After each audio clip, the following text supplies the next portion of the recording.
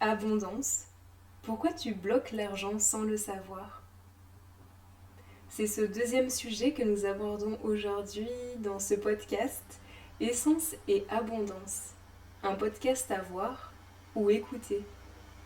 Je suis Amélie Didier, éclaireuse de trésors, activatrice de plein potentiel, et on se retrouve aujourd'hui pour un sujet éminemment essentiel, l'abondance.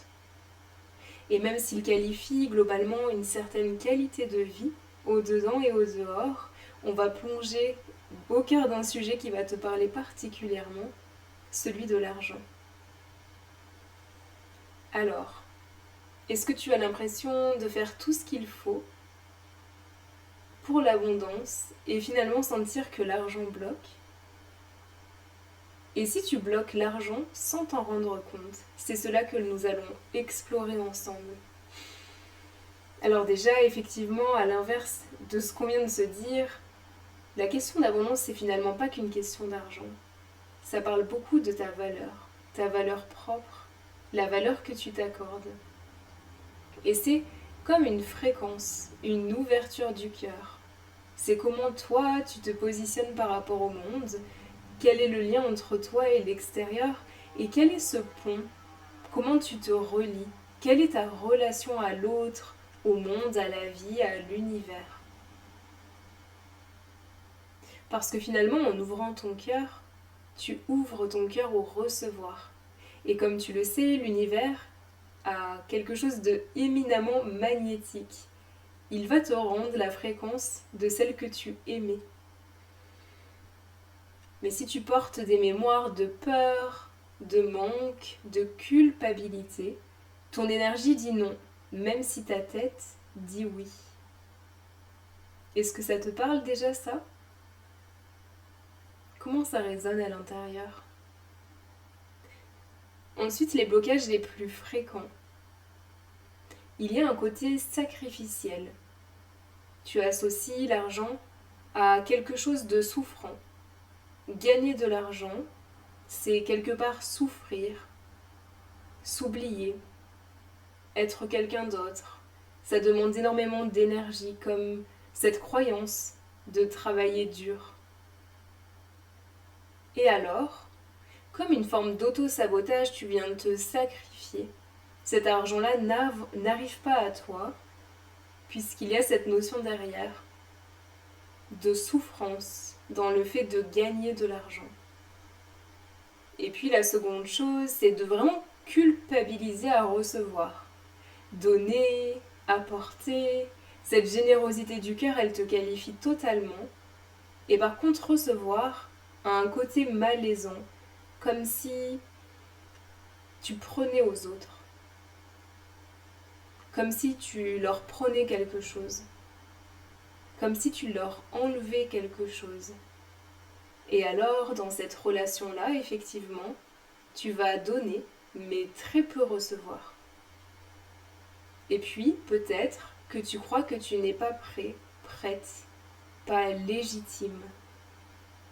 Souvent, cela vient d'un manque de reconnaissance de ta famille ou de la société. Tu doutes de ta valeur profonde, de ta qualité, de ton identité, de ton essence. Et l'univers en retour reflète ce doute, reflète ce manque. Est-ce que ça te parle? Est-ce que ça fait écho en toi? Alors finalement, comment réouvrir? Comment t'ouvrir à l'abondance? La première chose, c'est t'autoriser à recevoir.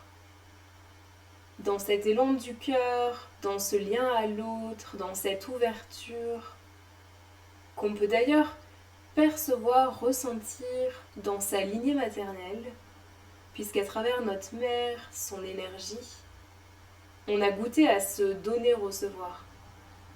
Et ça vient qualifier beaucoup de relations, notre relation à l'argent, celle dont on parle aujourd'hui, mais aussi la relation à notre partenaire, la relation à notre logement, à notre travail, etc. C'est vraiment fondateur. Donc au-delà de cette libération transgénérationnelle, de ce lien à notre propre mère, de comment je reçois, comment je donne, comment c'est reçu quand je donne, comment c'est reçu quand je reçois à l'intérieur de quoi ça parle, et bien je m'autorise à recevoir sans condition. Et je te laisse vraiment goûter à cette fréquence, à venir sentir comment ça joue à l'intérieur, de recevoir de l'argent sans condition. Et puis la seconde proposition, ça va être vraiment de connecter à ta valeur, à tes qualités. Sans doute qu'il y a une forme de sensibilité à l'intérieur, la petite fille, le petit garçon qui est venu fermer sa beauté, sa grandeur. Et c'est tout ça qu'on vient reconnecter. Tu n'es pas trop, tu n'es pas assez, tu n'es pas ceci, tu n'es pas cela, tu es juste toi. Cet être magnifiquement sensible dont on a tous besoin. Cette fréquence d'amour et de lumière. Connecte à ça. Connecte à ton essence, à qui tu es véritablement. Sans les masques, sans les protections, sans le bouclier de survie. Juste connecte au-dedans. Et mets-toi, donne-toi cette valeur. Même dans les petites choses au quotidien. Reconnais-toi. Vois-toi, de toi à toi dans le miroir. Tu peux vraiment te célébrer et t'honorer pour qui tu es, pour ces magnifiques chemins que tu as parcourus. Être vraiment fier de tout ça, moi qui te vois aujourd'hui. Et puis la proposition peut-être, ça va être de faire un petit instant de méditation. Je t'invite à fermer les yeux, à revenir à l'intérieur, à l'écoute de ta respiration. Et peut-être d'ailleurs que celle-ci peut monter et descendre le long de ta colonne vertébrale pour balayer tes centres énergétiques et permettre une ouverture de l'espace au-dedans.